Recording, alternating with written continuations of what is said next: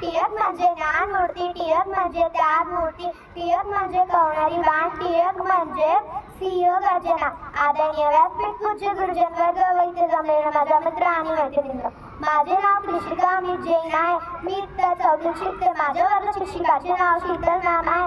आज मी तुम्हाला एका महान व्यक्तीबद्दल सांगणार आहे. ते महान व्यक्तीच म्हणजे लोकमान्य टिळक. शिक्षण आणि राष्ट्रीय जागृतीसाठी लोकमान्य टिळक यांचे खूप मोठे प्रोत्साहन होते. स्वराज्य हा माझा जन्मसिद्ध हक्क आहे असा नारा दिला आणि लोकांना एकत्र केले.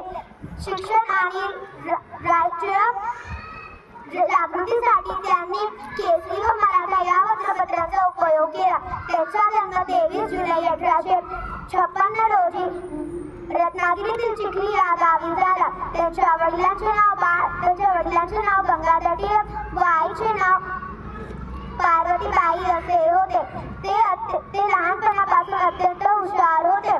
त्यांना प्रेमाने बाळ असे म्हणायचे. पुढे जाऊन त्यांचे नाव बाळ गंगाधर असे पडले. आता मी तुम्हाला टिळकांनी केलेले शिक्षणाचे कार्य सांगणार आहे. टिळकांनी पहिले शिक्षणाचे महत्त्व ओळखून घेतले आणि न्यू इंग्लिश पुणे यासारख्या संस्था स्थापन केल्या. त्यामधून लोकांना ज्ञान मिळवून दिले आणि प्रवाहात सामील व्हायचे हा त्यांचा उद्देश होता. त्यांनी ज्या मुलामुलींना देशाच्या प्रगतीसाठी काय करायचे आहे त्यांना लक्ष मिळवून दिले. आता आपण पाहूया राष्ट्रीय जागृतीसाठी त्यांनी कोणते कोणते कार्य केले. 1893 मध्ये गणेश उत्सव आणि 1895 मध्ये शिवजयंती यासारख्या सार्वजनिक उत्सव त्यांनी साजरी केला. यामुळे लोकांमध्ये ऐक्य आणि राष्ट्रीय जागृती वाढली. चला तर आता जाऊया चतुसूत्राकडे.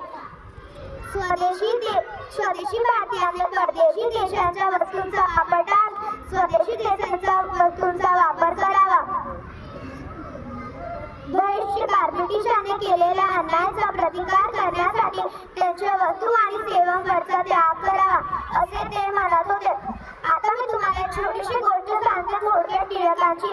एक दिवस टिळकांच्या शाळेत चला तर आता बघूया कसे होते आपले टिळक. एक दिवस टिळकांच्या शाळेत मधली सुट्टी झाली.